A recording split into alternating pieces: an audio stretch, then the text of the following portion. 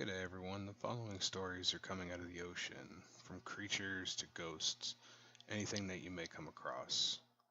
I hope you will all subscribe and like this video so we can keep moving forward with the channel and coming up with even better content. So let's begin. Number 1. The ocean is a vast and mysterious place. Only 5% of it has ever been explored, and we know more about what's in space than what lies beneath the waves. I live in Niihau, Hawaii, and spend a lot of my time scuba diving in the open ocean.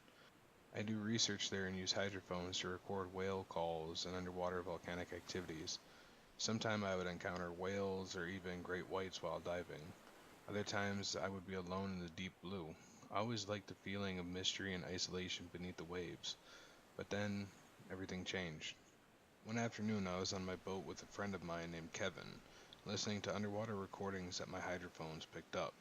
I heard a very strange sound that sounded similar to a bloop. What could it be, a blue whale? Kevin asked. I'm not sure, it sounds much louder than a blue whale. Whatever it is, it may be much larger than a blue whale, I said.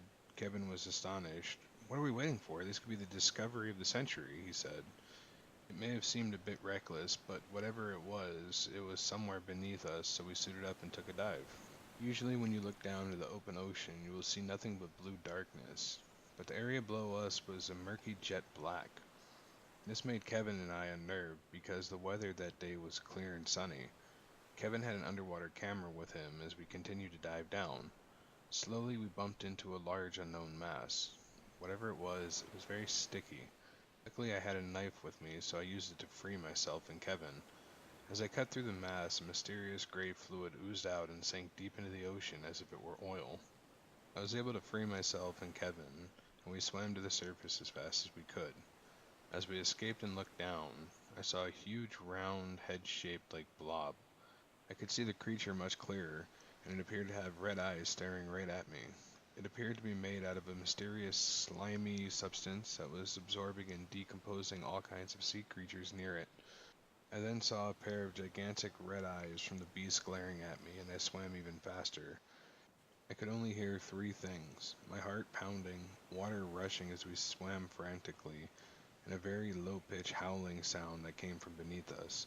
Although it took us a few minutes to get back to our boat, it felt like several hours. Kevin lost his camera on our way back to the boat. As he got onto the boat, I looked down one last time. I saw even more fish, sharks, and even a few fin whales being absorbed into a colossal fish-like tail as the creature swam beneath me. Kevin and I immediately got out of there and made it to the safety of land. That was a close one, said Kevin. I laughed with him, and we later went to a restaurant together for lunch. What was that thing? He asked. Of all the years studying marine life in that area, I had never seen anything like it. I've seen lots of other sea creatures, including a fin whale stuck to the mast, and they were being pulled into it. This is most likely how the creature eats. Using a whale as a sense of scale, the object must have been at least 400 feet long, I said. Well, it looks like I won't go into the open ocean ever again, said Kevin. After lunch, I drove to my house and relaxed. A few weeks later, I saw a news report on TV. Apparently, a U.S. naval submarine went missing off the coast of Oahu, and the last thing they heard from the crew was they collided with the sticky, long black mass. Number 2. We've all seen the stories, we all know the myths. The ocean does weird shit, plain and simple. What you don't hear about is the men and women who have to respond to these weird tales that you hear floating around the internet and local dive bars. That boat that mysteriously washed up on shore last week? That was actually a local who got drunk and fell overboard and drowned. His vessel aimlessly drifted for a couple miles before a current pulled it to shore. That girl who mysteriously vanished on the beach. Well, she decided to go for a midnight swim and washed up in the inlet a few days later. The Coast Guard is usually where the calls end up routed to if an incident occurs in the water. We respond to most of the distress calls that end up floating across the airways.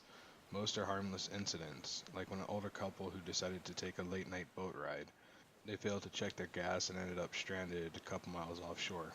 That's no biggie. A small patrol boat gets dispatched until SEATO can show up and haul their unlucky asses back to shore. What you never hear about is the more benevolent or weird calls we get. The abandoned vessels that show up in open water, and the makeshift rafts that seem to float up every month or so. There's something particularly asshole clenching about motoring up to a pristine vessel on open water that is completely devoid of occupants. This is one of those weird stories. We received a distress call around 3 p.m. on a Saturday afternoon.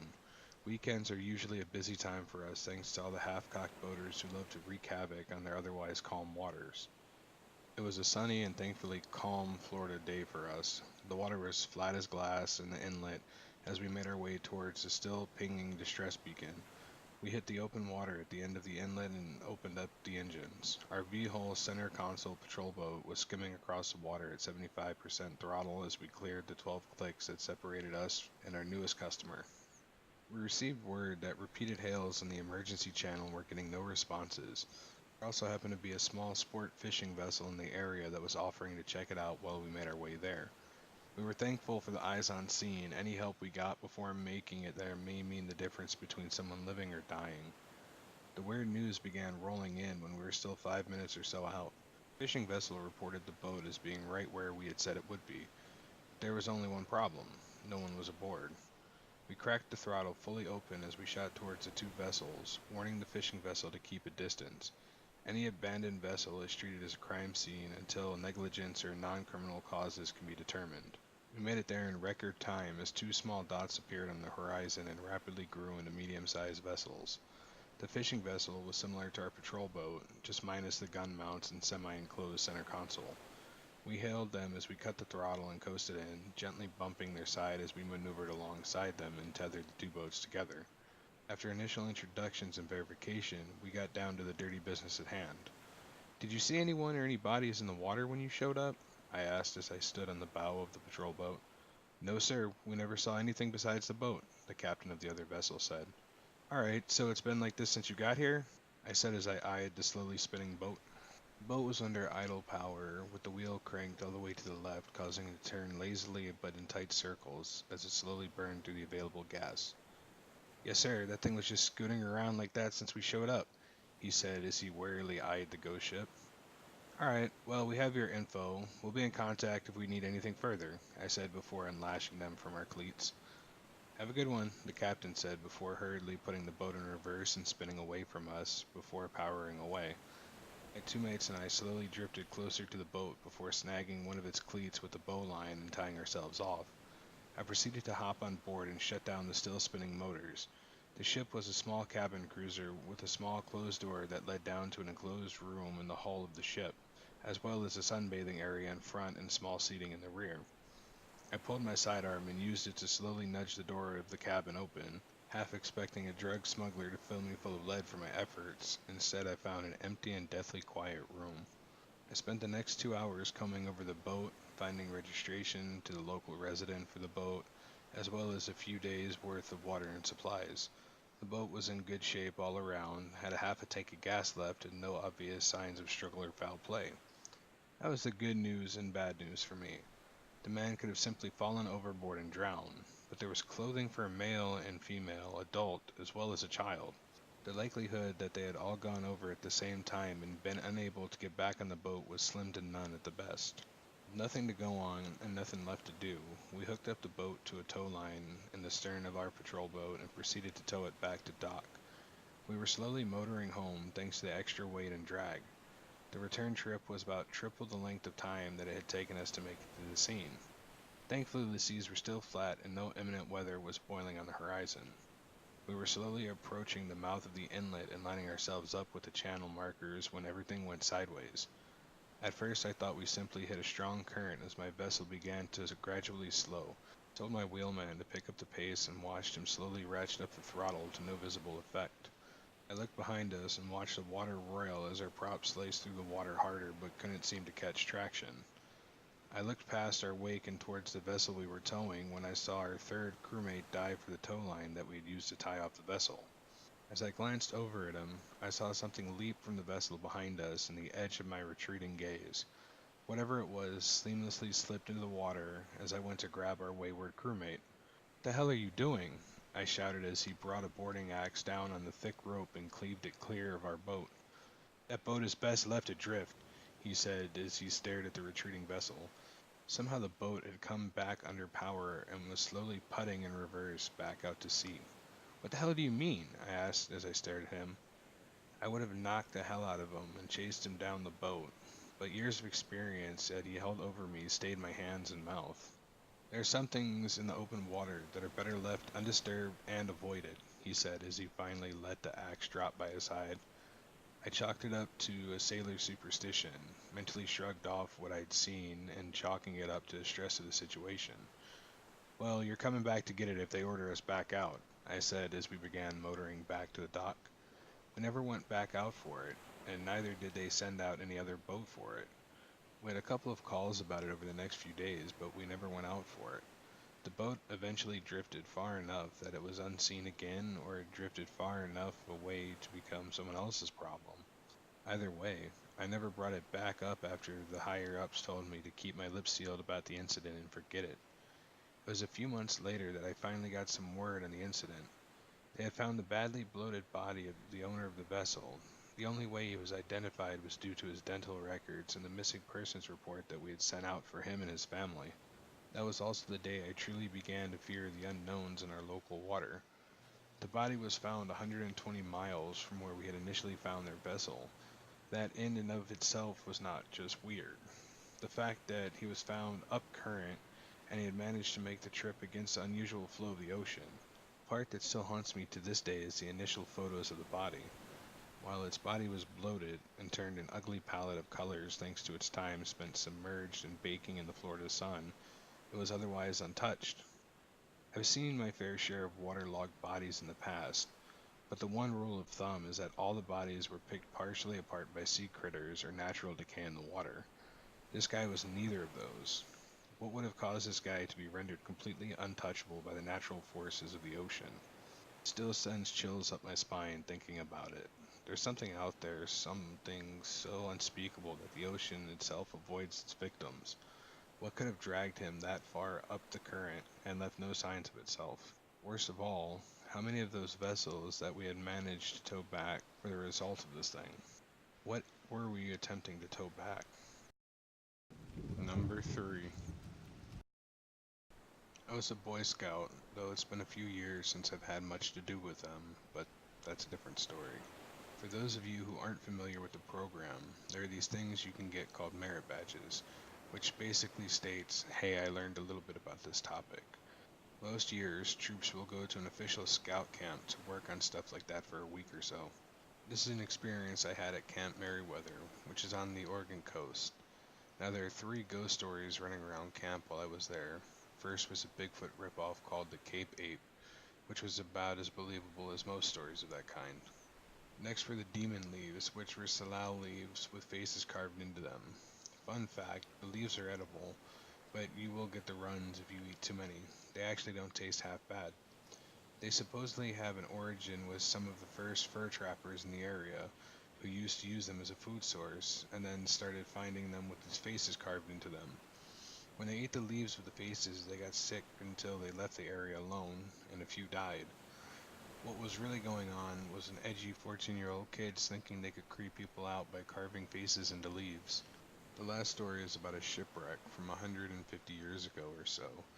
A Norwegian lumber barge called the Stromwell was caught in a storm and dragged into the Cape, where Camp Merriweather now resides. It was broken up and the wreckage washed ashore on the beach near the Cape. Only the captain survived, trapped in the wreckage while his crew and his young wife drowned in the storm.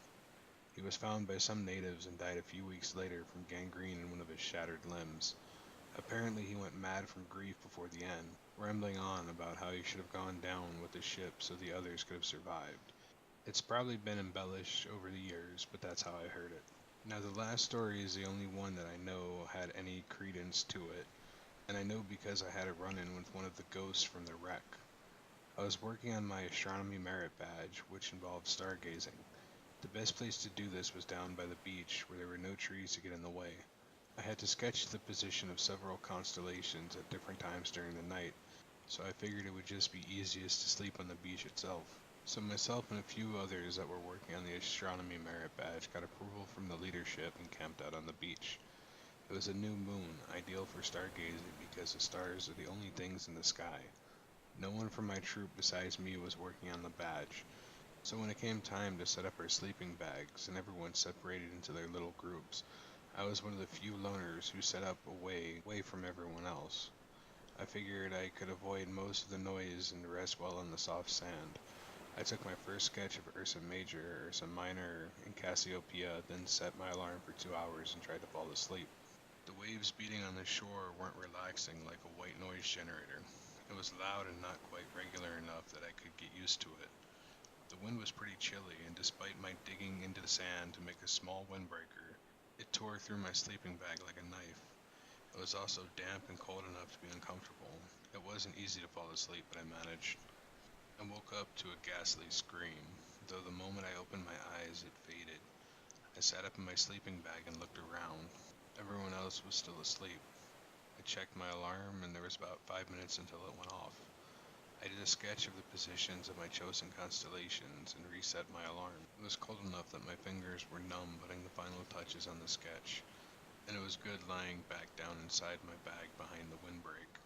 Sleep was quicker to come this time, though it felt uneasy. It was that feeling you get when something is watching you. Woke up a few minutes before my alarm again, and I just laid there with my eyes closed. My face was cold from the damp breeze, and there was pressure on my eyes. I opened them a fraction and saw someone standing at my feet. I leapt up with a yelp and looked around. No one was there. Everyone was still asleep in the sand. It took a few minutes to calm down enough to sketch the stars' positions. It took even longer to calm down enough to fall back asleep. I dreamt for the first time that night. It was raining softly on the beach, and I was sitting in the sand next to a woman. She had long blonde hair pulled into a loose bun and gray eyes like an overcast sky. Not obviously beautiful, but thin and strong and severe. She offered me her hand and I took it. It was like ice. She pulled me up and stepped close. "I'm cold," she whispered, and her body was cold. She pressed it against mine. "Will you help me get warm?" I nodded, and me being a 14-year-old boy, pulled her close despite the chill.